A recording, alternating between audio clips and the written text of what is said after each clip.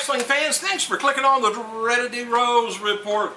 Kaval wrote the following on his Twitter account last night after his match with Eli Cottonwood, which I think is kind of the oddest guy I've seen in a while. I don't know, something about his little tiny head. Anyway, he says, week 3, Cot was faster than I thought. Ribs really sore. Recharged though. Recovered. Bringing back the pain. Week 4. WWE added profiles of the NXT Rookies #1 season to its Raw roster page, so they could probably fire them one at a time at least a year from now. WWE's upcoming Satan's Prison DVD on the Elimination Chamber match is going to be called Iron Will, the anthology of WWE's toughest matches over in the UK. So if you want that DVD, it's going to be the same one, but you're going to have to go over the ocean. Dark match before last night's SmackDown taping saw Finlay defeat Tyler Rex, and about time Finlay defeated somebody. After last night's taping, by the way, Big Show defeated Jack Swagger in a steel cage match. I kind of like to see that. Alright, WWE's going to be holding a Raw versus SmackDown, rather Raw and the SmackDown Super Show at the Scotts Trade Center in St. Louis, Missouri, September 18th, 2010. Bell time's going to be around 7:30. Tickets go on sale on August 7th, 10 a.m. Pre-sale is going to be beginning this morning, by the way, for tickets to WWE's Bragging Rights pay-per-view at the Target Center in Minneapolis. Password is Money in the Bank. All one word. June 11th episode of WWE's Friday Night SmackDown did a 1.9 broadcast rating with about 2,800,000 viewers. CM Punk versus Big Show and Rey Mysterio versus Jack Swagger are being advertised for WWE's upcoming SmackDown tour in Australia in late July and August, I guess. JTG versus Trent Beretta and Luke Gallows versus Chris Masters was taped before NXT on Thursday. For Thursday's Superstar show. R-Truth versus William Regal, Brie Bella versus Jillian Hall was also taped last night. New ring announcer, by the way, Ashley Valance, made her debut on NXT. Ashley seems to have done most of the Matt Striker stuff that he was doing, you know, duties before the show and things. Jamie Keys, though, is still doing the ring introduction matches. The first poll and elimination for next season's NXT will take place next Tuesday on next Tuesday night show. Fans are going to be able to start voting that night at 10 p.m. Eastern Standard Time. 50% of the poll comes from you guys, 50% comes from the pros. But what do they know? WWE and YouTube has announced a multi-year partnership today that we could see on YouTube. Full episodes of SmackDown, NXT Superstars, and or NXT and the Superstars, and the former ECW on the WWE's official YouTube channel. Various clips from Raw and WWE Classics will also be featured. Have not heard whether there's a subscription fee, pay-per-view. I'm not sure, you know, how that's going to work. I'm not sure it's going to be absolutely free. Somewhere there's got to be some advertising, because you ain't going to get anything too much for free for WWE without being advertised somewhere to death.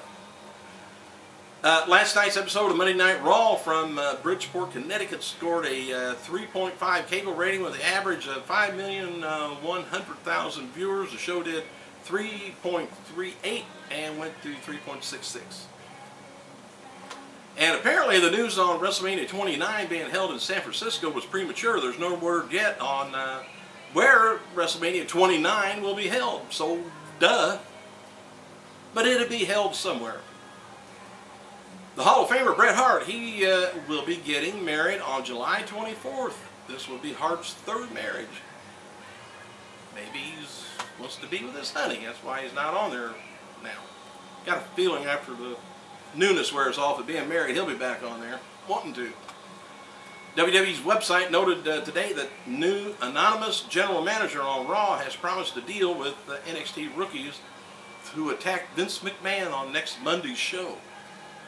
What do we think? Do we think it may be Stone Cold? Do we think it may be Stephanie? Maybe Shane? Think about that. Leave your, down below there, leave your opinion. Who do you think or do you think it's just going to be a farce? It's really Vince. Anyway, TMZ has a new article up with comments from Booker T, of all things, regarding Batista's possible move to MMA. Booker, who fought Batista backstage a few years back, says Batista wouldn't last 5 minutes in the ring with a guy like Bobby Lashley.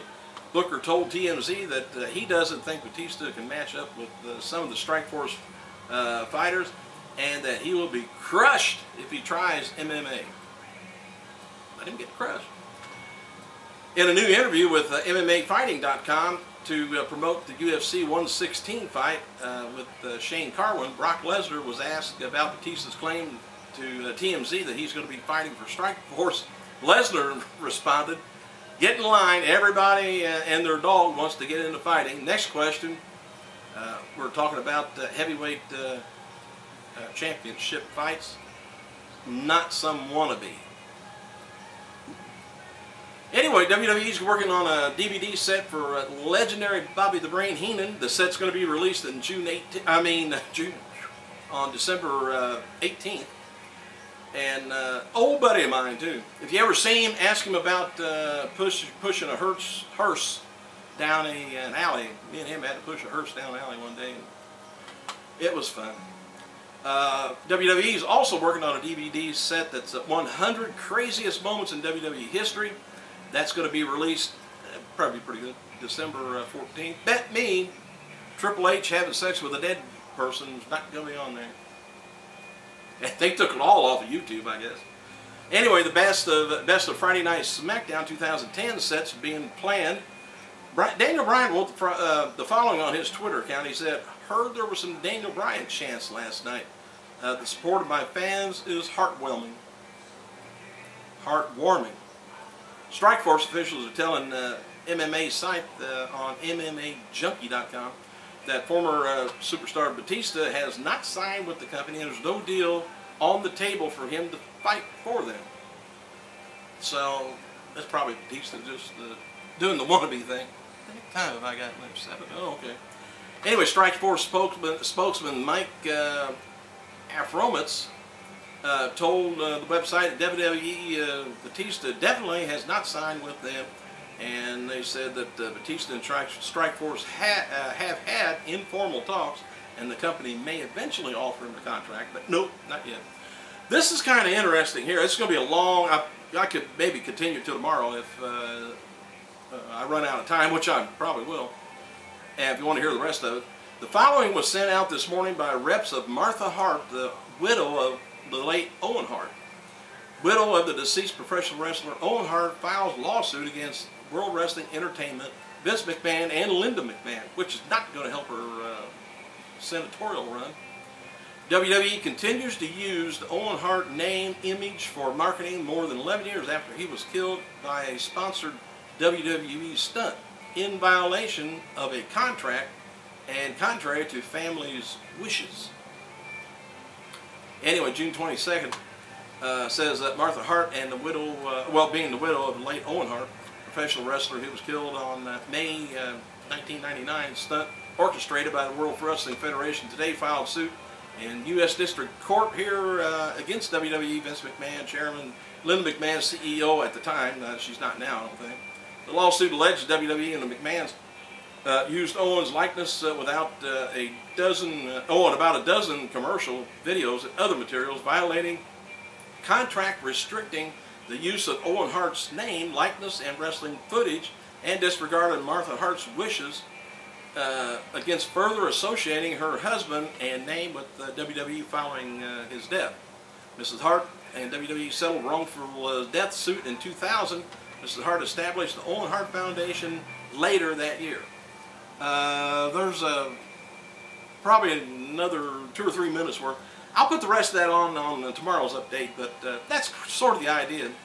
And didn't see no dollar signs mentioned in their wrongful death suit, but I can't remember what it was right off. Hey, thanks for clicking. I gotta go.